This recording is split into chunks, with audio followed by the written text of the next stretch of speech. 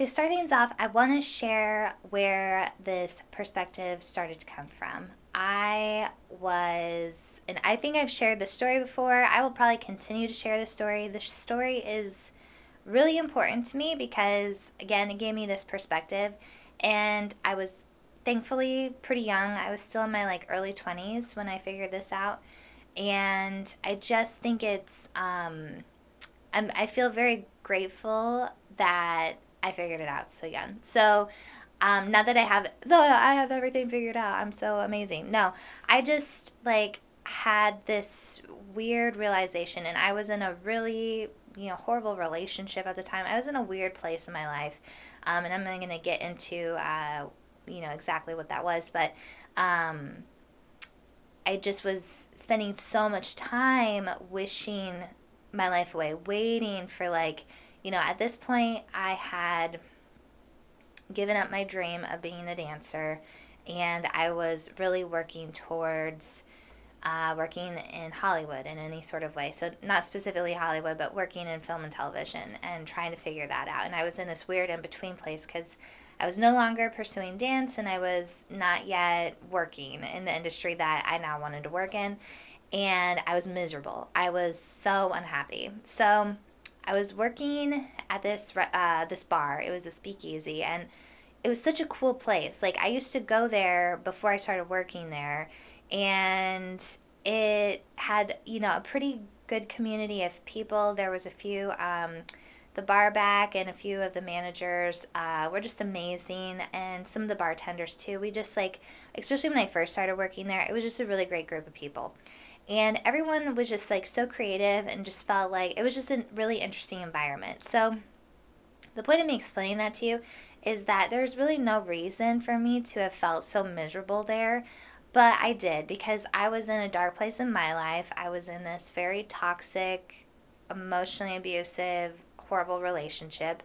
And, I was in this weird place of having graduated college and tried the dance thing and it's not working out, and so I'm transitioning into this other idea of trying to work in film and television, and that's not working out, and I'm just running around. And I was working several jobs at the time. So I was also a hostess at a restaurant, and I worked at another bar as a bartender, and I think that was it at the time. I can't remember. I feel like there was another job in there somewhere. But anyways, I just was working at a lot of different places. But this place was always super fun for me. But there was few nights, this was a few weeks in a row, I would go to work and I would just get tired of the customers. I get tired of the people in there. We had gotten some new bartenders and they weren't necessarily the kindest. They were kind of grumpy while they worked. And my mood just was going down, and I just remember every time I would go in there, I would just be I cannot wait until I work in Hollywood. I can't wait until my dreams come true. I can't wait. I can't wait. I can't wait. I can't wait. And, then afterwards, I would tend to go to this restaurant that my boyfriend at the time worked at, and I would hang out there with him until he got off. And again, I was just miserable in that scenario as well. And just would think I can't wait till I'm out of this situation. I can't wait until my life is better. And then one night I realized, I was I'm sitting here saying I can't wait, I can't wait. And I had already done this once. I had done this when I was in high school. I, wasn't the normal teenager. I didn't go to parties. I didn't drink. I didn't I was very straight-laced, and I had, these dreams of moving to New York City and being a dancer.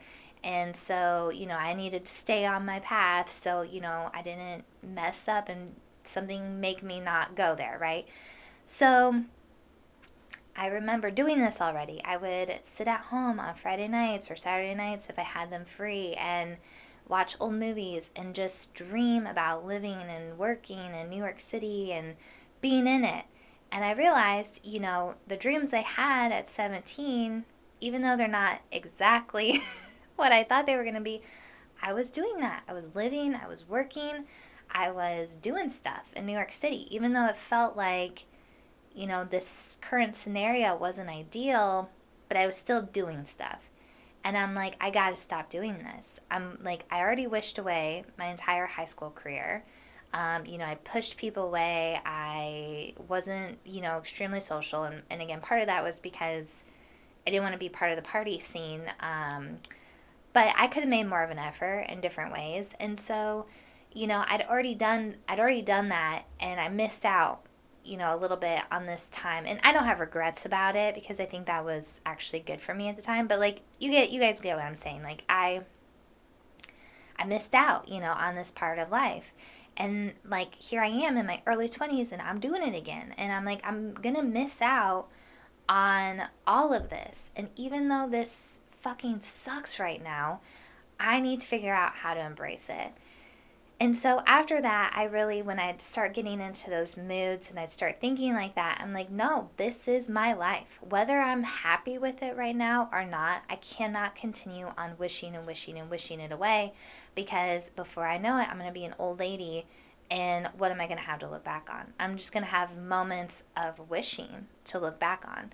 So that's where this perspective originally came from. And, the idea of like, we're eventually going to die. That's come later on with some other readings and stuff and realizations. That at the time was way more of just like, I need to embrace these moments because life does move fast. All this time, I mean, it goes so quickly.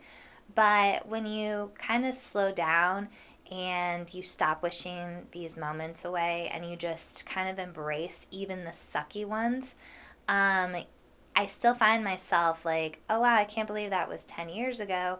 But then when I think about, what has happened in 10 years and everything, and I can remember all these little moments, I'm like, that makes sense that it was 10 years ago.